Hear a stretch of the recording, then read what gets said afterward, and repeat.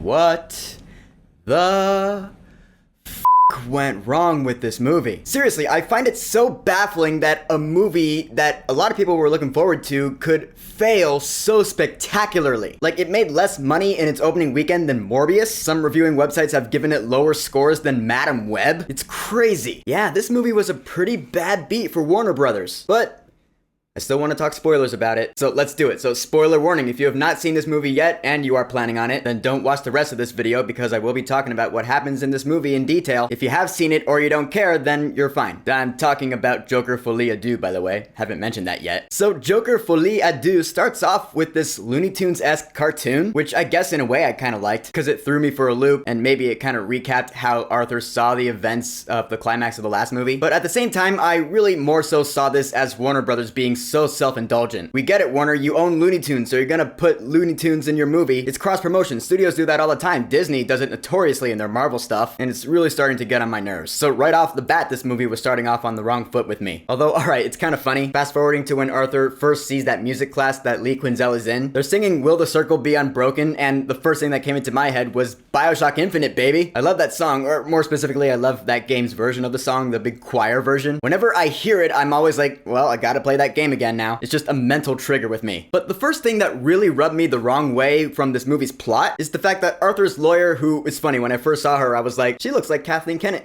And I stopped for a second, I was like, wait a minute. I've said that about someone before. It turns out that is that same actress from The Adam Project who I called Kathleen Kennedy because she looks like Kathleen Kennedy. And she still does. But anyway, his lawyer, I guess, wants to believe that Arthur Fleck's actions in the last movie stem from some sort of DID, some dissociative identity disorder, multiple personalities or some shit. Like there's Arthur Fleck and then there's the Joker, like a Norman Osborn Green Goblin type situation. I was like, what? I mean, of course, we all know that's not the case, but the fact that this movie was even considering it, I was like, no, I don't like that. I don't like that at all. So Arthur Fleck meets Lee Quinzel from that music class, and I guess that is what spurs the musical numbers in this movie. Like, it's the catalyst for them all, because they're singing, forget your troubles, come on, get happy. And then not too long after that, I think actually it's the next scene, where they're all in the room watching TV, and we see, yeah, Harvey Dent is in this movie. If you remember my video on the second trailer, I was like, what if Harvey Dent is in the movie? That was just a question I had. I didn't know it was gonna happen, so that was kind of cool. It worked out for me. But anyway, they're watching the TV, and then Arthur Fleck starts singing, for once in my life, I have someone who needs me. And this musical number, if you can call it that, it did feel organic. I actually liked it, because he just met Lee Quinzel, who's a big super fan of his. Again, he's gonna take that pretty well. And so he's singing, and the cool thing about this is that it's one big long take. He's going around this room, he's celebrating with all the other inmates, and actually Joaquin Phoenix's singing did sound live there. I don't know how much of the singing in this movie is live versus pre-recorded. It was actually kind of hard to tell. But in this scene, I could tell it was live. That's cool. But then, all the rest of the musical numbers in this movie are not nearly as organic. They just kind of come out of nowhere. Like, example, the next one is Lee and Arthur singing If My Friends Could See Me Now, as they're just running around outside. And the problem with these musical numbers is that, unlike in most good musicals, these songs, they don't advance the plot at all. In any given good musical, the songs are worked into the story because they're written into the story. They are written as part of the story. So the songs will include characters talking with each other, there's dialogue. In the middle of songs, it's woven organically.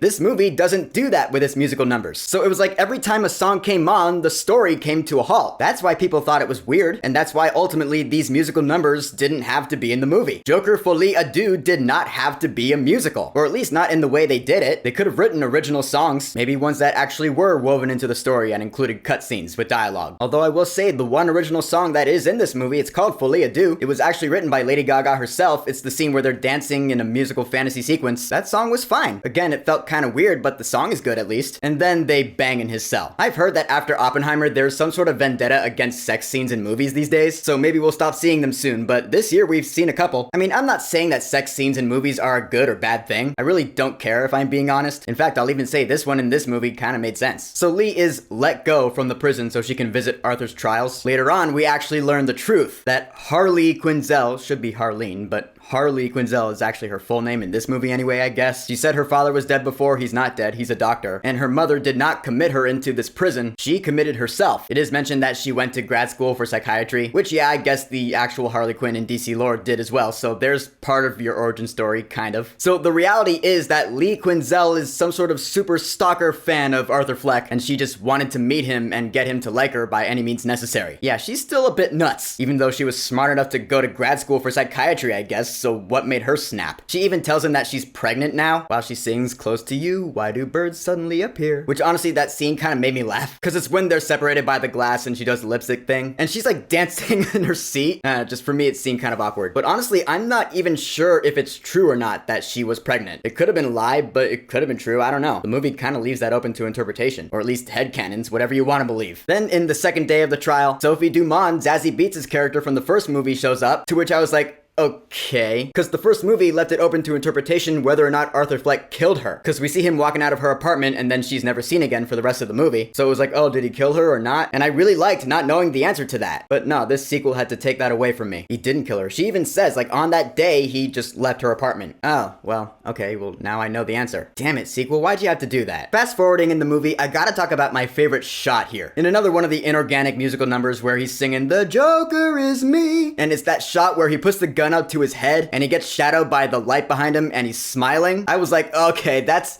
a pretty awesome Joker shot right there, because it looks and feels the most like the Joker I know. If for nothing else, I'm glad this movie gave me that. And I guess it means he's decided to embrace the Joker, at least for now. And that's when he fires his lawyer live on national television because the trial's being broadcast, and he decides to represent himself in court from then on. Didn't Ted Bundy do the same thing? And then comes the scene where Gary from the first movie is pulled up as a witness, and a lot of people are saying that this is the best scene in the movie, and yeah, it probably is. Or at least it's a very entertaining scene, because Joker's doing the different voices. You mean to tell me that your last name is Puddles? I laughed. I actually thought that was pretty funny. But then it transitions to Gary talking about how traumatized he is. He can no longer sleep. He's scared all the time. I was like, holy shit. Yeah, because he saw Joker brutally kill someone right in front of him. That would traumatize you, or at least it would traumatize the shit out of me. That was good. Then we have some more inorganic musical numbers. The Gonna Build a Mountain one was only fun because of the tap dancing. Lee Quinzel's on the piano, because Lady Gaga can in fact play piano. She got to play John Lennon's once. And then Joker starts tap dancing. I was like, La La Land, singing in the rain. And then later, Lee's singing "I've Got the World on a String" as she's putting on her Harley Quinn-ish makeup, which she wears to day 4 of the trial. And this, day 4, well, like, yeah, this is where the movie really falls apart, because this is where Arthur changes his mind about all of it. He's like, yeah, there's no Joker, only me. I was like,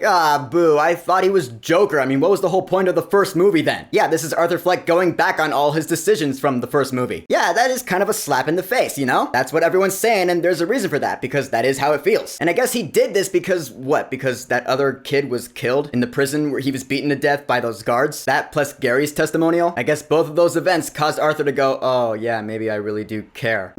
He's supposed to be the Joker! And the Joker is not supposed to give a shit. And oh, maybe this movie's trying to be more realistic. No, that would have been realistic. There are people in this world, there are a lot of people in this world who don't give a shit about much. I mean, it's sad. That's not good, but it's true. And that's why everyone who loved the first movie hates this one now, including Lee Quinzel. She gets pissed and she leaves. And so the next day comes where the verdict comes in, and of course he's gonna be found guilty on pretty much all charges. I mean, the jury's going through them. Charge number 1, guilty. Charge number 2, guilty. And then the place gets blown up. Yeah, this explosion comes out of nowhere. I guess it was a car bomb that was set off by a bunch of crazy, ravenous Joker fans, which again, gotta give credit where it's due. This is another really impressive long take of Joker getting out from the explosion. He's somehow still alive. It goes past Harvey Dent, who's sitting there with scars on half his face. So yeah, Two-Face Easter egg, because Harvey Dent is Two-Face in DC lore. So that had to be shoehorned in there. And it's funny, I didn't even notice that at first. Or I probably saw it, but I just didn't make that connection in my head. I was too busy watching the movie. And that actually happened to me one more time in this film. I'll get there. But the whole thing from Arthur Fleck getting up, leaving the building, being found by fans, getting in the car, going for a ride, getting out of the car, and running down the street, that whole big long take, that was really cool. And it's stuff like that which helped this movie avoid my worst rating, because that was some really cool filmmaking and it deserved to be commended. I'm nice like that.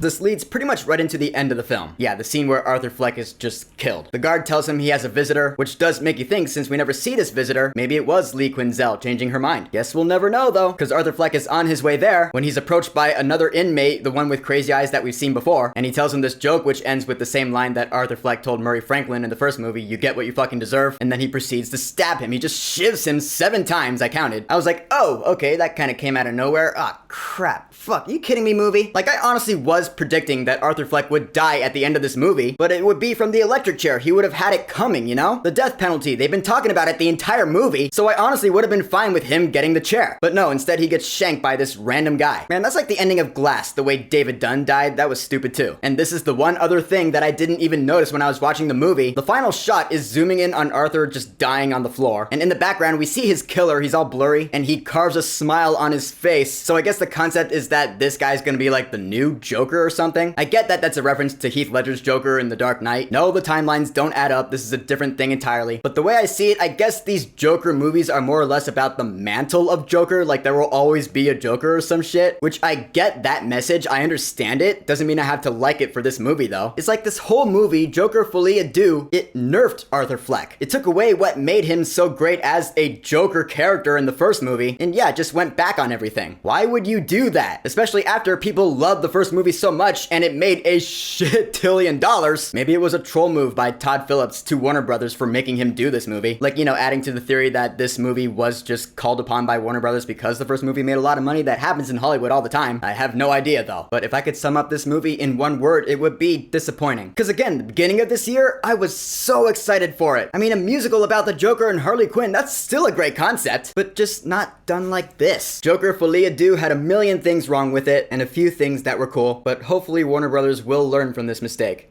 I mean, they might not, but who knows? So my question for you will be this. How would you have done this movie differently? What would you do to fix it? That I'd really love to know, so whatever you think, go ahead and leave a comment. And of course, thank you for subscribing. Peace!